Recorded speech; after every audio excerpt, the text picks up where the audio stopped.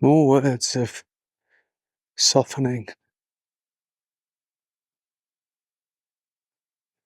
And the hardness of the world soften. And the fearful thoughts and feelings soften. Even as the waves rise up and seem to envelop, soften. Is it possible to soften in the face of this world? You know, softening takes a great deal of courage. But it's not the courage of the ego self. It's the courage to let go of the ego self, to surrender the ego self in many ways.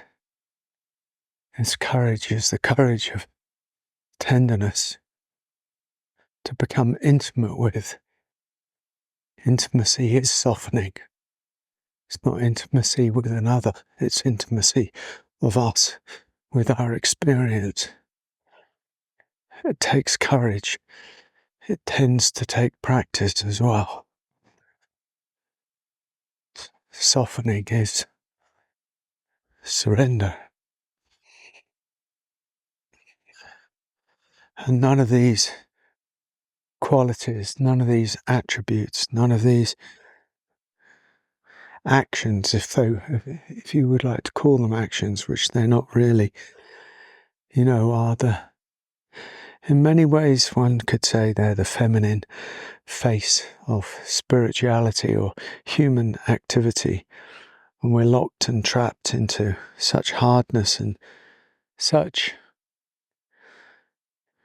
fixedness of self that we almost seem to, we don't, we believe, we know that hardness is the way through this existence.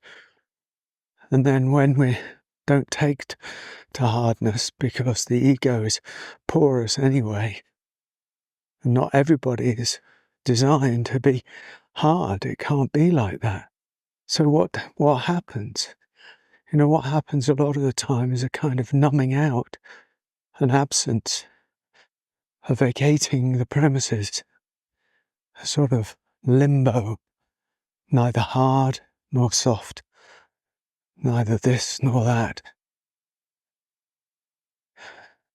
And sort of almost a kind of ghostly way may take us over that is not really living, doesn't really. It's not the antidote to the hardness. So what do? I think we take courage. The hard one, who's been hard all their lives, has to take courage to soften. And the one who's been stuck in some numb realm has to take courage to soften. And that softening is the kind of surrender of the self. A surrender of the one who has tried so hard to keep the world at bay or to keep their feelings at bay. The one who finds themselves in everything. And maybe the one who sees the world as a threat, as a problem, or they see themselves as a threat or a problem. A number of times we encounter, people who are genuinely seeking peace, but can't handle their own feelings, their own emotions. Half of the problem, even more, is our inability to feel what we feel. The gap between what wants to be felt, what wants to come home, what wants to be loved, and our inability to allow it somehow. This is difficult because of the energy system, because of the belief, because of the history. All of these kind of reasons mean we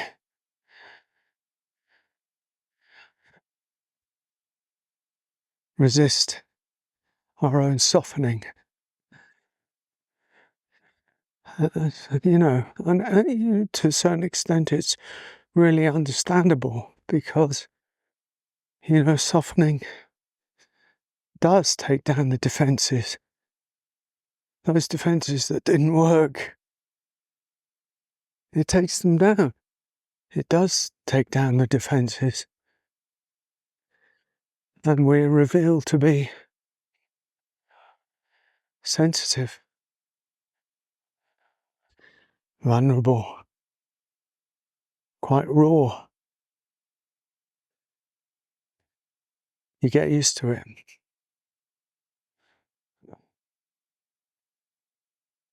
I would say you get used to living in a vulnerable way.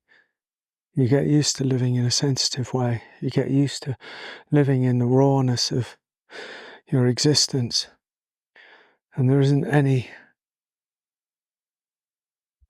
manipulation of that.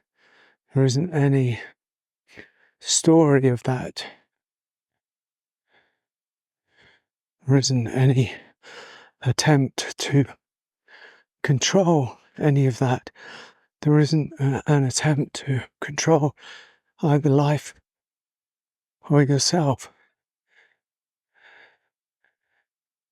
You come into something deeper where the sensitivity, the rawness,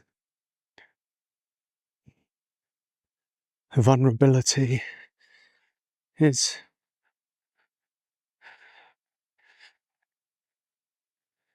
intimate, is real. It's real life.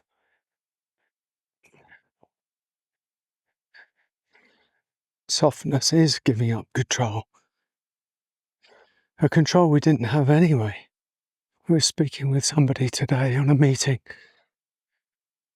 who doesn't trust that if they give up control, that it's going to be okay.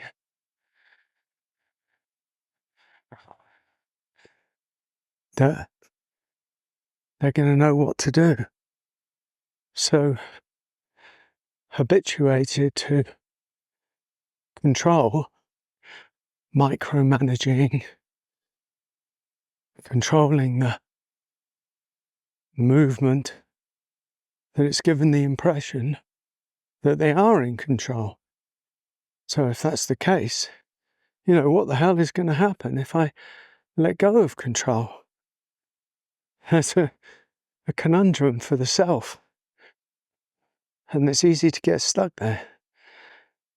For a while, for some time, maybe we need to be stuck there. We get stuck in places and we think it's a problem. But we get stuck in places and it's no problem because that stuckness is building up. That stuckness is doing something itself. Resist nothing. Resist nowhere that you are. Allow it all. Soften into the fear of the lack of control. You don't know. Admit. You don't know. You don't know what you'll do. You don't know what will happen if you loosen the reins of control. You don't know how you will respond. You don't know. Will there be a great vulnerability? Will there be a tidal wave of grief? Will you get very angry? What will happen? You don't know. That's where you fall. The falling is the softening, and the softening is the surrender. And the surrender is the letting go into something that is bigger, deeper, more vast than the one who has been hanging on and trying to control, resisting, and all of that. It's a beautiful undoing. It's a beautiful unfolding. Takes time. Takes courage. But each of us is bestowed with that courage. That comes with the package of being born. It's just got to be remembered and embraced. Courage is not some... Hold on.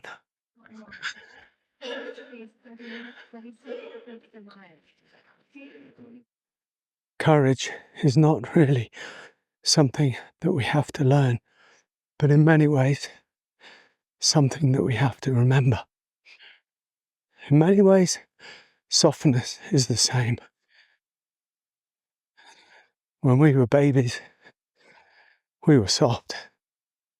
And for some, before trouble started, as young children, we were soft. And then we learned all about the world through conditioning, through family, through abuse, through whatever it was. And we forget that softness and it becomes irrelevant. I was a child then. But that softness is innate in us and is a beautiful thing to remember.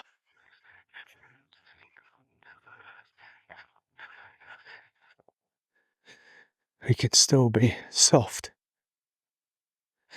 and have great boundaries in the world. In fact, the best boundaries are born of that softness. They're not of the ego self that's trying to control everything or run by fear or run by corruption. Soft in the center.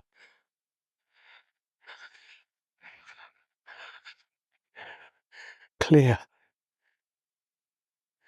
on the outside. In the action of the world.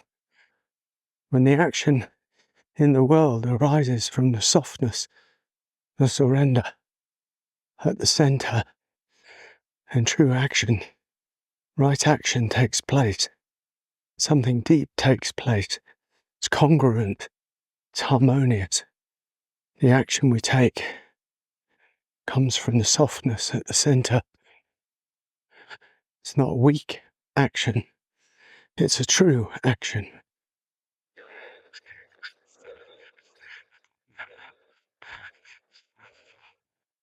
Find the softness. Remember the softness. Be the softness. Have courage to be prepared to embrace this softness.